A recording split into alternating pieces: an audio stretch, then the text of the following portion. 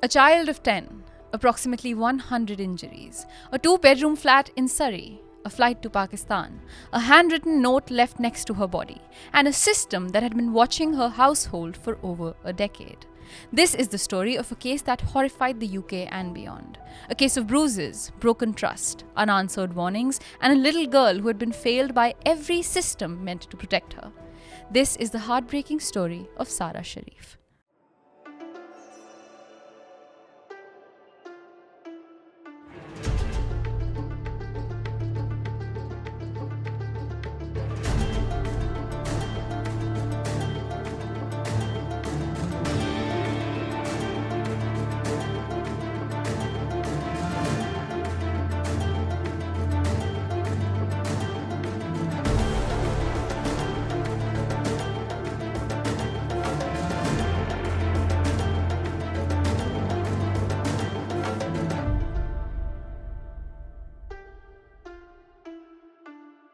Hi everyone, welcome to the Desi Crime Podcast, a show where we dive deep into some of the craziest cases from around South Asia. I'm your host Aishwarya. And I'm Aryaan. And the case that I have for you today is one that stayed with me even weeks after I've written, researched and put it out here. Glad to be back in the studio recording an Yes. episode in person. So, because it's easier to bully you in person than like on a video call. No, happy to be back here. I know some of y'all have thoughts on like the set. I know a lot of y'all really liked the table. Yeah. I would like to explain the context behind the table. Yeah, we really pro hate the table. Every videographer... I love the table. I've always loved the table and the map. But that's because he has nothing to do with setting it up. Let me explain the table. The table is my grandfather's table from his home in Aligarh. It's a solid hardwood teak table. It weighs more than me and Aryaan combined. It has I've lost legs. a bit of weight, guys, is what she's saying. It has legs that are attached with tiny silver little things. And the legs are so heavy they keep snapping off. Yeah, all right, point. No, we literally have to call the security guard of the building to set up the table. So next time you give us hate Point for a change setup. We are going to reintroduce the table and redesign the set eventually. Not at all if the you point. have set ideas, leave them in Yes. the comments. You know, we'd like to redesign the set into Yes. being an immaculate one with more stuff. Because whenever we shoot from the Spotify studios in New York, their set's so good. You know, it's Spotify. It's Yeah. Emma Chamberlain, she shoots out of there. Like, it's such a great studio. And this is the set we started with. I think we're ready to upgrade to We're move ready to on. upgrade. So welcoming all suggestions other than bring the old table back. Drop Yes, them in but the the map, comments. I think I want the map back. Yeah, we can anyway, have the map back. With that, we beg for you to subscribe and become Patreon. So assume all that done. But let's start with the case for today. Let's do it. But before we get on with the episode, we need to let you all know that you can now get early access to all Desi Crime episodes on Amazon Music. To get your fix a whole 3 days before anyone else, go download the Amazon Music app today. At 2:47 a.m. on the morning of the 10th of August 2023, the phone rang at Surrey Police's switchboard. Now, 999 operators are used to hearing all kinds of dreadful things. The job is to stay calm, to coax information out of someone who has often just experienced the worst moment of their life, and then to dispatch help. So the call begins the way many of them do, with someone trying to speak, the operator unable to make out the words because the man on the other end of the line sounds like he is crying. The operator asks him to take a deep breath, to start with the address, to tell her what's happened. What follows is a phone call that lasts 8 minutes and 34 seconds. Take a deep breath and tell me what's happened. I cannot. I physically punished my Okay. daughter and she died. I left home in a panic. God, she is allowed at home. I need you to take a breath because I cannot understand what you're saying, okay? Your daughter has died. I killed my daughter.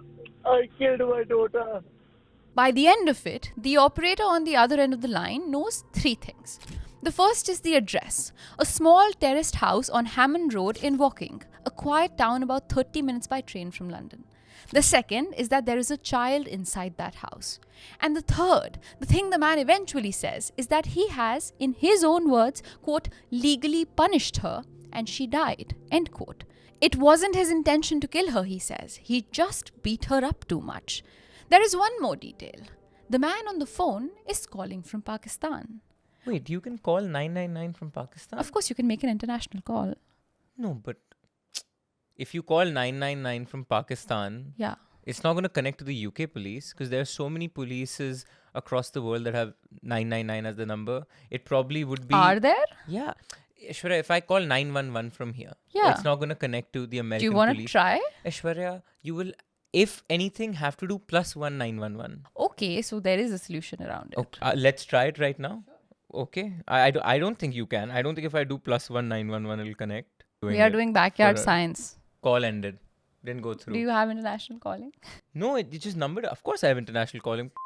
You. It just didn't register. Okay, now I'm dialing the UK number +44 999. Sure. Immediately hung up. I think there's something wrong with your phone. Okay. Anyway, so. No, but we now need an answer to this. Look it up.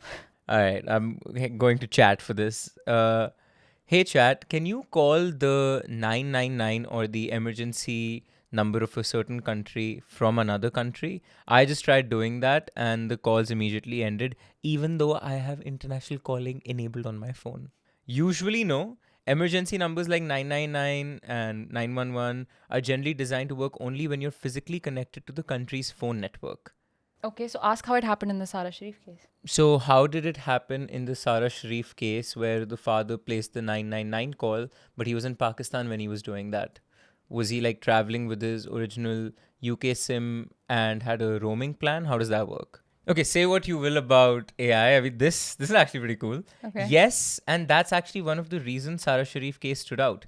The key thing is that he probably did not simply dial 999 on a Pakistani network and magically reach UK emergency services. What most likely happened is he called the UK emergency system through a UK-based roaming SIM, or he did not actually dial 999. Some reporting around this case has been inconsistent. Crazy. So it's, Which we didn't dial 999, but there is a call that's gotten recorded. Well, sometimes AI gets it wrong, huh? It's saying the most likely thing is that he traveled with a UK SIM and had a roaming pack on. Makes sense. Within minutes, officers from Surrey police are en route to the address on Hammond Road. They arrive in the dead of an English August night, the kind where the sky is just beginning to lighten at the edges. The house is a small 2-bedroom property on a row of identical houses, the kind of street where you can hear your neighbor cough through a wall. The lights are off. Nobody answers the door. When the officers force entry, the house is empty in a way that doesn't quite make sense. The fridge is still running. There is food in the cupboards, children's toys on the floor. But there is no one home. No adults, no children. The officers move through the house room by room, and eventually they reach a small bedroom with a bunk bed. And on the bottom bunk, under a blanket, fully clothed, is the body of a little girl. Lying next to her, on top of the blanket, is a handwritten note. The handwriting is neat, almost careful. It reads, quote, "It's me, Urfan Sharif, who killed my daughter by beating. I swear to God it was not my intention to kill her, but I lost it. I'm running away because I'm scared. Maybe I will be back before you finish the post-mortem." End quote. I have never Read a letter like that. I've never come across a confession quite like that. Yeah, same. I can't even fully pinpoint what about it is so odd. I think maybe just It's very mechanical. it is mechanical. Yeah, It's like, to me, this is, no pun intended, this is how ChatGPT would. right. If ChatGPT did something like this, that's how That's it would how it would write. talk. Like, it's such an acknowledgement of your mistake, but it feels so devoid of guilt. It does. And the whole "maybe I will be back before you finish the post-mortem," something about that just doesn't sit right Yeah, with like me. it's an admission of guilt, saw guilt. Right. And at the bottom, in smaller letters, the note ends with 3 words. "Love you, Sara." The little girl in the bunk bed is 10 years old. Her name is Sara. She has been dead for 2 days. And in the time it has taken for someone to find her, 8 people, 3 adults and 5 children, have boarded a British Airways flight at Heathrow, passed through passport control in one of the busiest airports in the world, and disappeared. To understand what happened in that house, you have to first understand who Sara was. And the people best placed to tell us that aren't the adults who killed her. They're the children who knew her at school, and the teachers and the friends and the neighbors who only ever saw her in passing. Sara Sharif was born on the 11th of January 2013 in Slough, a town just west of London. By the time she was old enough to be enrolled in primary school, her family had moved to Woking in Surrey. The school she attended for most of her short life was called St. Mary's Church of England Primary School, in a part of Woking called Byfleet, a leafy, ordinary neighbourhood, the kind of school where children gather in playgrounds at 3 in the afternoon and parents wait at the gate. The teachers at St. Mary's would later describe Sara as bubbly. They would say she was outgoing, confident and loud. Loud in the way some children just are. The kind of child who walks into a room and changes the temperature of it. She loved to perform. She loved singing. She loved dancing. According to Specialist Prosecutor Libby Clark of the Crown Prosecution Service, the most affecting moments of putting this case together involved watching footage of Sara, laughing, joking, doing little routines for a phone camera, and knowing that even in some of those clips, there were already signs of injuries on her body. Sara had a best friend at St. Mary's. The press, for safeguarding reasons, has only ever referred to this friend by a pseudonym, Eva. Eva spoke to Sky News after the trial concluded, and what she said is one of the most haunting moments in the entire public record of this case. She said that in April of 2023, just months before Sara would die, Sara came to school one morning with cuts and bruises visible on her face and on her neck. She didn't have an explanation ready. When Eva asked what happened, Sara told her she'd fallen off her bike. And then Eva says, Sara just walked away. A neighbour named Jessica, whose daughter went to the same school, told the BBC the same thing, almost word for word. Just before the Easter holidays, Sara was at school with cuts and bruises on her face and neck. Jessica's daughter asked her what had happened. Sara said she'd fallen off her bike and then walked away. The next day, the teacher announced that Sara would no longer be coming to school. She was being homeschooled with immediate effect. That was the second time Sara had been pulled out of St. Mary's. The first time had been in June of 2022. She had been sent back, and then in April of 2023, she was pulled out again. And this time, she would not return. The court would later hear that the school had agreed to make a referral to social services about the bruises that the staff had seen on Sara's body for months. 6 days after the referral was opened, it was closed again because the council was told that Sara had been pulled out of school entirely and was therefore now somebody else's problem. The Children's Commissioner for England, Rachel D'Souza, would say later that this is one of the things that has to change. If a child is a suspected victim of abuse, she said, they cannot be educated at home, full stop. Right now in England, that is not a law. Right now, you can pull your child out of school if you want to, and there is no register of who is being homeschooled and who isn't. That, the Children's Commissioner said, is a hole big enough for a child to fall through. A child like Sara fell right through it. There is one more detail about Sara at school that the trial dwelled on because the timing of it is so striking. In January of 2023, 8 months before her death, Sara started wearing a hijab to school. The court heard from prosecutors that this was, in their view, almost certainly because the hijab covered most of her face. Whatever bruising she had on her cheeks, on her forehead, on her temples, the hijab hid it. In March, when teachers caught a glimpse of bruising on her face, it was only because the hijab had moved out of the way. A child wearing a costume, not for faith, but for camouflage. So that's Sara at school. Bubbly, loud, a performer, a girl who came in one April morning covered in cuts and bruises, told her friends she fell off a bike and walked away. A girl who by the end was wearing a fabric to hide what was being done to her body. Sara was the second child of a Polish woman named Olga Domin and a Pakistani man named Irfan Sharif.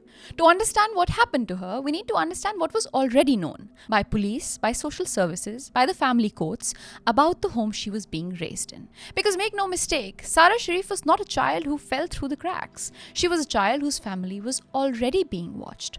By the time she was born, the surveillance had been going on for years. Irfan Sharif came to the United Kingdom from Pakistan in 2001. He was in his late teens. He worked, eventually as a minicab driver in the Woking area. Sometime in the mid-2000s, before he ever met Olga, he was working as a shift manager at a Burger King, and one of his employees was a young Polish woman named Angelica. According to court records and reporting, Angelica later told police that Irfan held her captive in his flat. He threatened her with a knife. He accused her of having an abortion after she had suffered a miscarriage. He attempted to brand her with his initials. She eventually escaped through a window of his flat and fled back to Poland, after which he was arrested for 2 days and then released. So would he consider this also a court legal punishment? I guess so. Yeah. Yeah, Because that initial thing that he wrote made me very angry, but made me slightly suspect that it wasn't his intention, right? Oh, yeah, sure. Part of me went, I genuinely. This is in my another head- South Asian parent trying to. Yeah. In my head, exactly. And like, they slapped and the person fell, hit their head, and died. No. This ain't legal punishment, my friend. This ain't even ethical punishment. You're Nothing close to it. This is crime. And sorry, South Asians, in no context is raising a hand on a child legal punishment. Yeah. Because then you cannot control the extent of it. I have, while living in this home, had neighbors where I can hear a little boy scream. Yeah. They no longer live here. It's like a squealing dog. Yeah. It's dehumanizing. And then to see that little child walking with his parents in the elevator, holding their hand because he has nowhere else to go, there is no such thing as legally punishing your child. And when you do that, I know it's a trope to call Gen Z soft and this and that, and they deserve a little more beating. That would have fixed Gen Z for all its issues, this and that. If you're beaten as a child and loved by the people you love the most, you conflate violence with love. You do. And then when it becomes cyclical, like moms that beat their children, what that does to a child in terms of their understanding of resolving conflict with violence, it is a system, and a system has real people in it, and so we can't obscure blame from individuals while talking about systemic issues. That act just further propagates violence in society. Like, of course. It's And it's almost as if parents forget that currently you're hitting a 10-year-old. This 10-year-old boy will one day be a 37-year-old man, and you will be 80-some years old, incapable of properly moving. Yeah. And that will be the cycle. It's a cycle. It's a horrific cycle that we've seen play out time and time again. And so if you're a parent listening to this, don't hit your child. Or if you're, that's just never. This is coming from 2 kids. Yeah. Now, Angelica has escaped. According to paperwork that Surrey County Council filed and that has now been disclosed publicly, Sara Sharif was arrested 4 more times between 2010 and 2012 on suspicion of violent offences against women. 4 arrests, no convictions. He kept walking out the door. In the middle of these arrests, Olga Domin met Irfan in 2009. According to multiple reports, including a BBC summary, Irfan met Olga while he was actually in Poland looking for Angelica. She was, by every account, vulnerable. She spoke very little English, and family court documents say she had learning difficulties. They married quickly after, and the abuse began immediately then. She would later tell social services that Irfan once tightened a belt around her neck, that he locked her in a room and confiscated her phone, that on one occasion he poured oil on her and tried to set her on fire, and the only reason it didn't happen was that her cousin walked in and stopped him. In 2010, Olga and Irfan had their first child, a son. Surrey County Council got its first piece of paperwork on this family that same year. A referral indicative of neglect relating to the older sibling, who would later be referred to in court documents only as Z. Within months, 3-year-old Z was found alone in a shop. He had wandered out of the house and nobody had noticed. Later that year, Irfan was arrested for assaulting Olga. And during the fight, the court would later hear, he also struck Z. Sara Sharif was then born in January 2013 into this household. She was born into a household that was already on the council's radar for 2.5 years. What followed between 2013 and 2019 was 3 separate sets of family court proceedings. 3. And during these proceedings, the council documented allegations that, taken together, would make any reasonable observer pull their head back from the page. In December 2013, allegations were made that Irfan had abused Z's younger sibling, U. An investigation was launched after it was alleged that Z had suffered a burn from an iron at the family home. The burn was officially deemed to be accidental. Olga would later allege that Irfan had deliberately burned Z with the iron. That allegation, like so many others, was never tested in court. In November 2014, after Z was found with an arm injury that doctors said was consistent with an adult bite mark, Sara and her 2 siblings were taken into police protection. Olga was arrested and accepted a caution for assault occasioning actual bodily harm. The council applied for the children to be taken into emergency care. During those 2014 proceedings, a judge was told something about Sara, about baby Sara, less than 2 years old, that I've not been able to stop thinking about. The court heard that carers had observed Sara as a tiny child, quote, standing facing a wall. She was very small. She didn't eat much. She didn't respond to being carried. She didn't wrap her legs around her caregiver. The judge described her behavior, this baby's behavior, as, quote, disturbing. And then she was placed back in the care of her parents, under supervision. In 2015, Olga announced in court that she was separating from Irfan. She told the council that the allegations Z and U had made about domestic abuse by their father were true. She alleged that she was the victim of controlling and coercive behavior, financial abuse, and sexual violence. But Irfan denied all of it. The council still concluded in their court judgment that, quote, the risk can be managed. And so Sara was placed in her mother's sole care. She had ongoing contact with her father because of that order. That arrangement held until 2019. And then in 2019 came the decision that handed Sara, in essence, to her killers again. In October of 2019, at a private hearing at Guildford Family Court, a circuit judge named Alison Rayside ruled that custody of Sara Sharif and one of her siblings should be moved to Sara's father, Irfan, and his new wife, a woman named Benash Batul. I'll talk about Benash in a moment, but the point I want to first land is this. In 2019, the family court that had been involved with this family for 9 years, that had on file the 4 arrests, the bite marks, the iron burns, the accounts of strangulation and confinement, the siblings' own accounts of being abused, that court decided the safest place for Sara was with the man who Olga had spent years insisting was a danger. Now I want to be careful and fair. Reporting about Judge Rayside's decision became public only after a Court of Appeal ruling in early 2025, which lifted an anonymity order and allowed the press to name the 3 judges who had been involved with this family between 2013 and 2019. It's Judge Alison Rayside, Judge Peter Nathan, and Judge Sally Williams.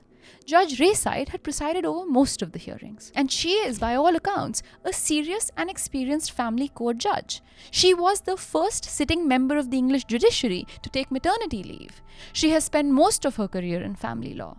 The 2019 ruling, according to ITV News, was actually in line with the recommendation of Sara's own court-appointed guardian at the time, who described moving Sara to her father as the, quote, least damaging option available. But what would be the most damaging option? Who the hell knows? Leaving her in a ditch? Yeah, I mean, I understand mistakes being made by family courts insofar as they have to default to precedents. Mhm. I understand the need to give custody to a father, even when in cases where the separation with the mom is happening because of the father's fault, because the father in May many financially cases provide. financially provide for the child. So you need to assess him less as a husband, more as a father. So I understand all that, except this man is, as a father, a problem. Abusive as well. Yeah. Yeah. So He's not a cheating infidel on his wife, but a great father.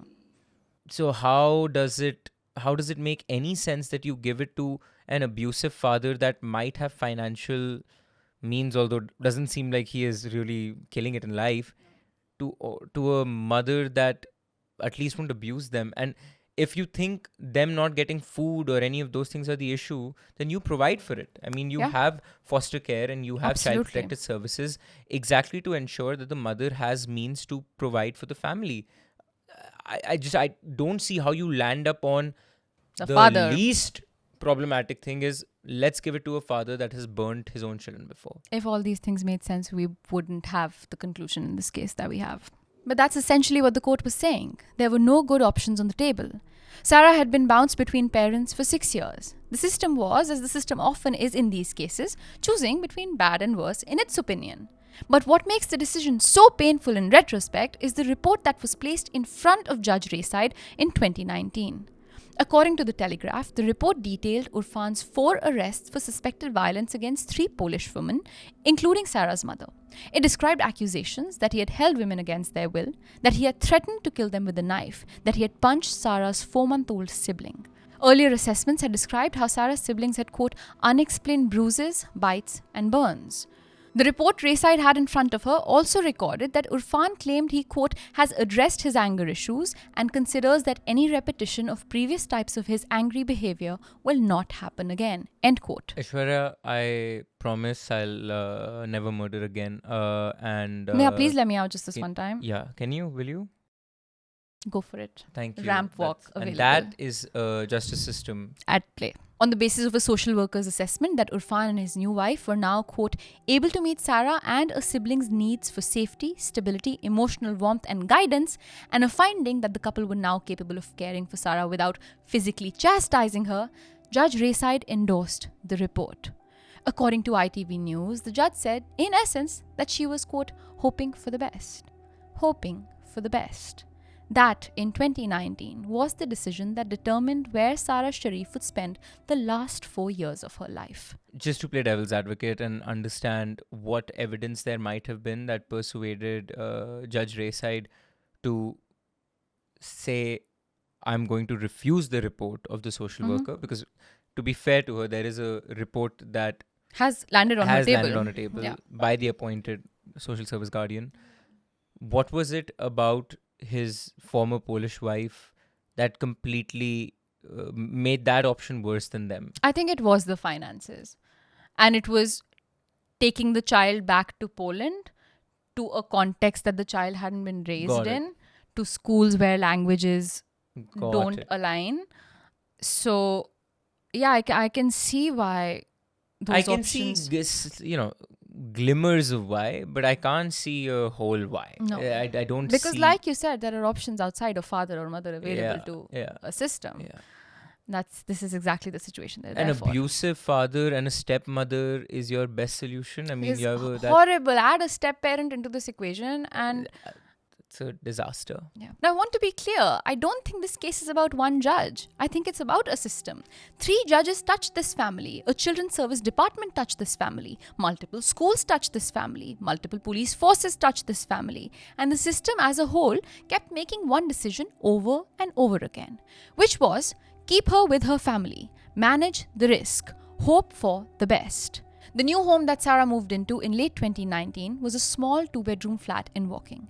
The household by the time of her death would consist of her father Irfan, her stepmother Benash, who's a Pakistani British woman who was 12 years younger than Irfan and had married him in 2017, her uncle Faisal Malik, who was Irfan's younger brother and had moved in with them, and a steadily growing number of children. By August 2023, there would be 6 children in that house. Sara plus 5 others, half siblings ranging from a 1-year-old to children Sara's age. 8 people in 2 bedrooms. Benash, by every account from her own family and from her own messages, was not a passive bystander in that household. According to messages she sent to her own sister and that have since been read to a jury, she was at various points terrified of him, complicit with him, and the prosecution would argue actively encouraging him to do what he did to Sara.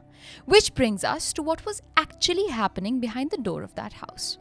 The first thing I want to say about the abuse Sara endured is that nobody who was in any way close to that house in any meaningful sense did not know.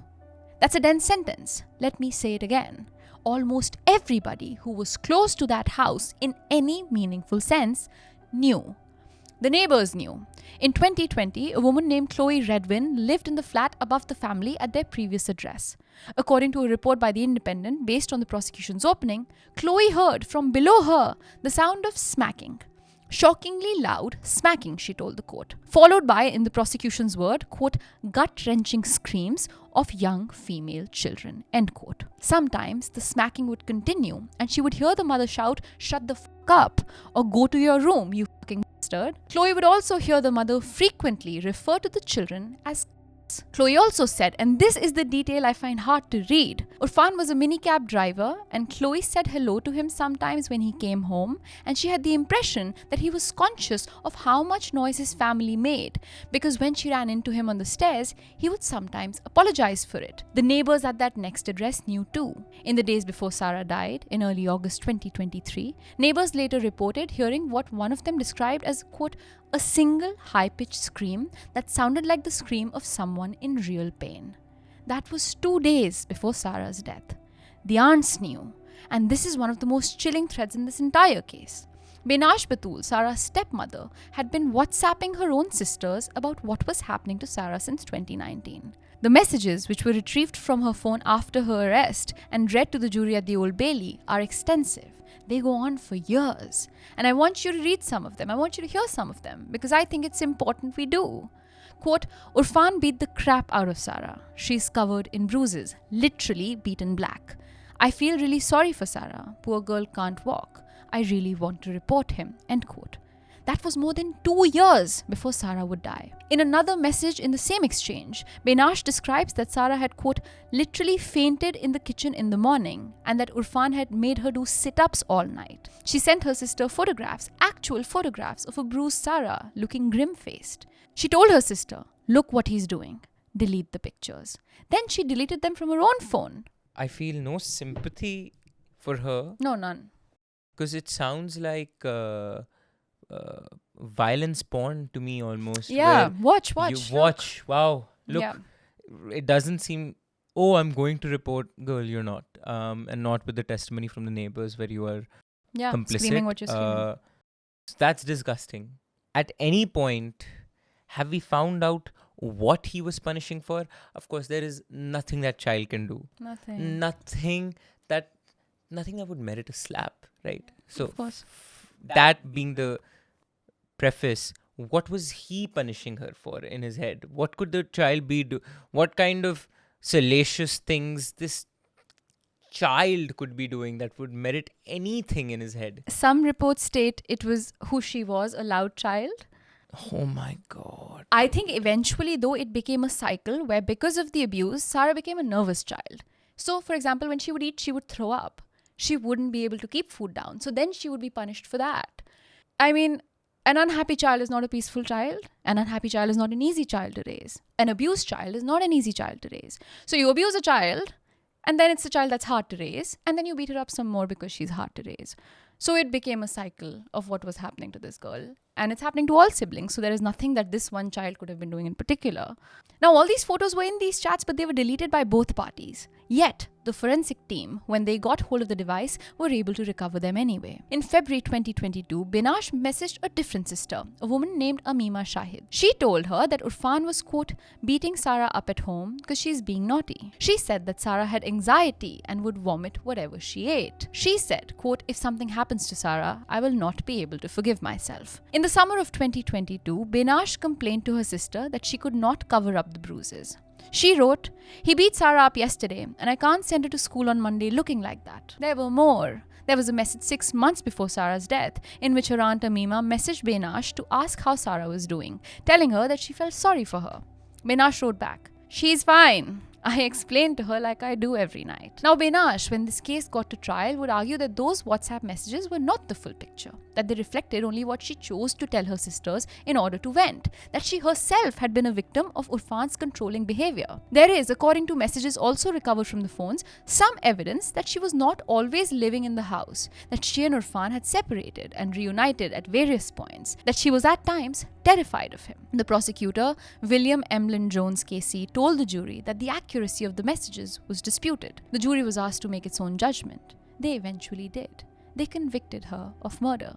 But here's the thing about those messages. Take Benash's defense of them at face value for the purpose of argument. Even if every single message is just her venting to her sisters, even if the picture she paints is exaggerated, it still establishes one thing beyond any reasonable doubt. She knew. Her sisters knew. Her sister's response to receiving a photograph of a bruised, beaten 10-year-old with a message saying, look what he's doing, was, at one point, to suggest she listened to recitations of the Quran for comfort and to tell her not to escalate things by going to the police. Nobody picked up the phone. Nobody made a call. The aunts have not, to my knowledge, been charged with anything. So that's the home that Sara was living in. The neighbors could hear it. The stepmom was filming it. The aunts knew about it. The school was beginning to suspect it. And in early 2023, the school finally moved. In January 2023, Sara started wearing a hijab to school, almost certainly to cover injuries to her face and head. Months earlier, the WhatsApp records show Benash worrying about not being able to cover the bruises. So now they covered her. In March, teachers caught a glimpse of bruising to her cheek when the hijab moved out of the way. They documented it, they made a referral to social services. And in April, days after her friend Eva saw her with the cuts on her face and neck, days after that morning when Sara walked away with her bike fall story, Irfan emailed the school to say that Sara would be homeschooled with immediate effect. The referral to social services that the school had agreed to was opened and was closed 6 days later because the council was informed that Sara was no longer at the school. She would never be seen at school again. From April 2023 until her death 4 months later, Sara Sharif was inside that house. And what happened inside it, inside those 4 months, is one of the most distressing pieces of testimony any English court has heard in years. I want to do something different now. Instead of telling you what happened to Sara as a sequence of events, I want to walk you through the evidence, the way the police walked into that house, and the way the prosecution presented it at trial. Because the picture only really lands when you sit with each thing at a time. When Surrey police entered the house on Hammond Road in the early hours of the 10th of August 2023, they began an extensive forensic search. What they found, room by room by room, told a story. In the kitchen, on the floor, they found traces of Sara's blood. They also found Sara's blood on a vacuum cleaner, on a cricket bat, on more than one rolling pin. They found a brown leather belt. That belt had Sara's DNA on it, and her father Irfan's DNA on it, and her uncle Faisal Malik's DNA on it. In the outhouse at the back of the property, they found a metal pole, a plastic-coated white pole, the kind you might use as part of a clothing rail or a curtain rod. They found a length of rope. They found makeshift hoods. The hoods were homemade. They were constructed from plastic bags and lengths of parcel tape, pieced together to fit over a child's head. On at least one of those plastic bags, the forensic team was able to recover a fingerprint. The fingerprint belonged to Irfan Sharif. They also found one of his fingerprints on the non-adhesive side of a piece of parcel tape. That last detail matters because what it tells you is that whoever made that hood handled the tape, that they were the one who fashioned it. There was a soiled pull-up nappy in the house, basically a used diaper for a 10-year-old child. The court would hear that in the last weeks of her life, 10-year-old Sara was no longer being allowed to use a toilet. She was being put in pull-up nappies and forced to sit in her own urine and feces. Then there were the bodies of evidence, if I can call it that came from Sara herself. Specialist doctors and pathologists examined Sara after her death. Their findings, presented to the jury, were these. Around 100 separate internal and external injuries. Of those, more than 70 were what doctors described as fresh, meaning recent, as in inflicted in the days and weeks before her death. And many more were older, healing or scarring, indicating that this had been going on for a long time. 25 fractures, 11 of them to the spine. A traumatic brain injury, which experts believed had been caused by a direct impact to the head, the immediate medical cause of her death. Her lungs showed internal bruising. Her skin showed burns, including what the pathologist Dr. Nat Carey described as scalding, almost certainly caused by boiling water on her ankles and feet. There was one larger burn on her right buttock, which experts concluded had been caused by the deliberate application of a domestic clothes iron. The judge, in his sentencing remarks, would say that had Sara survived this burn, it would have caused permanent disfigurement. Her body bore, quote, probable human bite marks, adult bite marks. Linear bruising on her body matched the shape of the buckle of a belt and the shape of the white plastic-coated pole found in the outhouse. Aishwarya, I want to stop you. I mean, this is... it's giving me the same feeling it did when you covered the Nirbhaya episode and you got into the details, what one could call gory details, but these are gory not because they're, you've not written it in a way that makes it exaggerated. Yeah, there is no. It's like you're reading a autopsy Just report. Just a clinical report, yeah. But at some point, even a clinical report, when it details in quick succession what individually would be haunting experience, individually. Part of me just says, please stop, but the other part of me says, this needs to be said out loud. And I mean, this is just, this is too unsettling.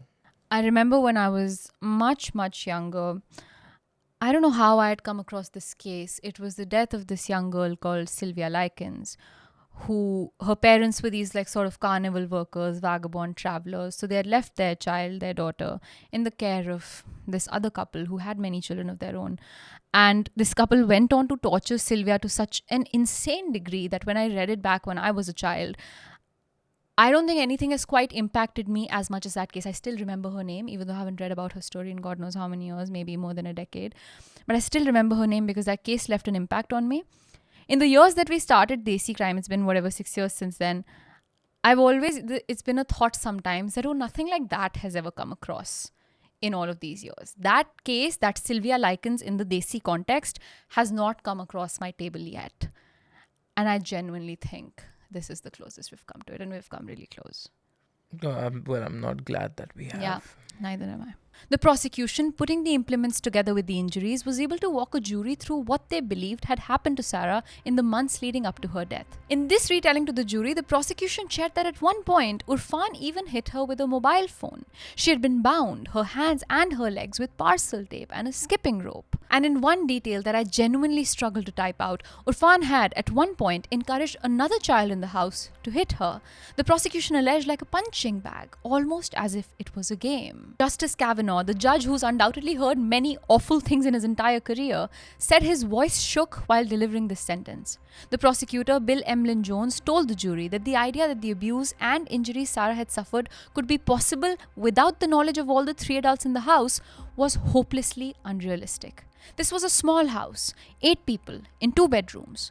Whatever was being done to her was being done in front of the rest of the family. This is what Justice Kavanaugh later meant when he said, looking down at the dock, that the assaults on Sara had taken place, quote, in plain sight, in front of the rest of the family. He told Faisal Malik, who lived in that house for the last 8 months of Sara's life, that this happened, quote, in front of you. In the summer of 2023, things accelerated. The post-mortem evidence indicates that the sustained torture in the final weeks involved escalating use of the implements. The prosecutor described how a stepmother was, by this point, ringing her husband at work when Sara had been naughty, knowing what would happen when he got home. There were details from family gatherings. The prosecution said the violence had become so normalized in this household that no one reacted when Sara appeared to a family barbecue with visible bruises. Benash told her sister that Sara was vomiting whatever she ate, that she had stopped being able to keep food down. 2 days before Sara died, the neighbors heard that high-pitched scream. And that was the final warning that could have done anything. Sara died on the 8th of August 2023. The medical evidence indicates her death was caused by the traumatic brain injury, a direct impact to the head, on top of a body that had already endured weeks of catastrophic abuse. She was, by the time her heart stopped, a child whose body had run out of capacity to absorb any more harm. She was just 10 years old. The body that the police would find in the bunk bed 2 days later had been left there for those 2 days while a series of decisions were made and not made by the adults in the house. The first thing that happened was that Benash Batul called a travel agency. According to evidence that the prosecution presented at trial, it was Benash who first rang Southall Travel, a London-based travel agency popular with the South Asian diaspora, to inquire about flights to Pakistan. Urfan, in the background of the recording, can be heard. He was the one who eventually booked the flights. They were one way. 8 tickets. When the agent on the phone asked why the trip was so urgent, Urfan offered an explanation. A cousin in Pakistan, he said, had died. On the morning of the 9th of August, the day after Sara's death, Urfan, Benash, Faisal and the 5 other children in the house, children ranging from 1-year-old to 13, left their home. They drove to Heathrow Airport. CCTV footage, which would later be shown to the jury, captured them moving through the airport, going through passport control, boarding a British Airways flight to Islamabad. They left Sara's body in the bunk bed, under a blanket. They left the note on top of her. The flight from London to Islamabad takes around 8 hours. 1 hour after the plane touched down at Islamabad airport. 1 hour, that's how long he could wait. Sara Sharif called Surrey police. The 8-minute call that started this episode. The quote, I legally punished her call. So now the police know there's a body in a house in Woking. They get to the house. They find Sara. They find the note. And with that, now began one of the most complex international investigations Surrey police has ever run. The United Kingdom does not have a formal extradition treaty with Pakistan. So the moment Irfan, Benash and Faisal touched down in Islamabad, they were, in a strict legal sense, beyond the reach of the British legal system. Surrey police worked with Interpol, with the National Crime Agency, with the Foreign Commonwealth and the Development Office, and with the Pakistani authorities, particularly the Federal Investigation Agency. A high-profile manhunt was launched across Pakistan. The family had split up. Reporting from Pakistan, including by Aaj News and the BBC, indicates that the three adults moved between relatives' houses in Sialkot and Jhelum in the northern part of the country. The 5 children were taken to Irfan's father's house in Jhelum. On the 9th of September 2023, almost exactly a month after Sara's death, Pakistani police raided that house in Jhelum. Irfan, Benash and Faisal weren't there, but the 5 other children were. All of them were taken into protective custody. A Pakistani court ordered them to be placed in a children's home there. As of the most recent reporting I could find, those 5 children remain in Pakistan, separated from their mothers and from the only home they had ever known, while the UK and Pakistani authorities continue to negotiate over their future. And these are all British citizens, right? They are, yeah. Yeah. I think they're better off in UK. Yeah, of course. That's where they've been raised and brought up. Yeah. That's the only thing they know. Yeah, I'm guessing the foster care system. I would venture to say it's better in the UK, Yeah, not but what that's this the case one has that's shown. landed up. Yeah, so I don't know. The international failure of this case extends not only to Sara, but to her surviving siblings, whose lives are now in administrative limbo on the wrong side of the world. On the 13th of September 2023, just days after the raid, Irfan, Benash and Faisal voluntarily boarded a flight back to the UK. They flew first class. The plane landed at Gatwick Airport. 7 minutes after the plane touched down, 7 minutes, Surrey police officers boarded the aircraft and arrested all 3 of them in their first-class seats. They were charged on the 15th of September with murder and with causing or allowing the death of a child. They were remanded in custody, and their trial began at the Central Criminal Court in London, better known as the Old Bailey, in October 2024, more than a year after Sara's death. And it would last roughly 10 weeks. For most of the trial, the 3 of them blamed each other. Benash and Faisal did not give evidence at all. Irfan was the only defendant who took the stand. For days, his testimony was that what had happened to Sara was Benash's fault. Benash had been controlling. Benash had hurt her. He had been a passive, troubled father. And he even claimed at one point that the confession note had been dictated to him by Benash. And then, on the 6th day of his evidence, a moment the press would describe as a moment of high drama in the courtroom, Irfan changed his story. He admitted that he had killed Sara. He admitted that he had left the note. He had made the call. And the confession. He admitted to the throttling, the bats, the beating with the metal pole, the iron rods, the hot water, the biting, everything. On the 11th of December 2024, after about 2 days of jury deliberations, the verdicts came. Irfan Sharif, guilty of murder. Benash Batul, guilty of murder. Faisal Malik, not guilty of murder, but guilty of causing or allowing the death of a child. Both Irfan and Benash wept in the dock as the verdicts were delivered. On the 17th of December, the 3 of them returned to court for sentencing. Olga Domin, Sara's mother, who had returned to Poland after the funeral, joined the hearing remotely. A statement she had prepared was read into the courtroom on her behalf. She called the people who killed her daughter executioners. Quote, "You are sadists, even though this word is not enough for you. I would say you are executioners. I can't understand how someone can be such a sadist to a child. She is now an angel who looks down on us from heaven. She is no longer experiencing violence." End quote. Justice John Kavanaugh sentenced Irfan Sharif to life imprisonment with a minimum term of 40 years. Benash Batul to life imprisonment with a minimum term of 33 years. Faisal Malik to 16 years. In delivering his remarks, the judge said that he could not see in any of the 3 of them, quote, "a shred of remorse." He said the case was almost inconceivable. He said it was torture. He said at one point this was nothing short of gruesome. Now, before we close this case, I want to come back to the girl. Because the system stuff, the judges and the laws and the agencies, can swallow her whole if we're not careful.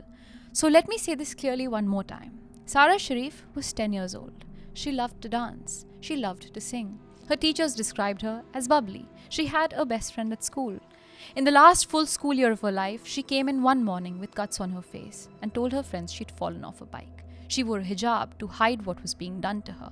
She was killed by the people who were supposed to keep her safe, in front of the people who were supposed to be her family, in a country whose entire welfare apparatus had been watching her household for over a decade. Her mother is in Poland. Her father will be 82 by the time he's eligible for parole. Her stepmother will be 63. Her uncle around 45. None of that brings her back. None of it, as Libby Clark from the Crown Prosecution said, is in any meaningful sense justice.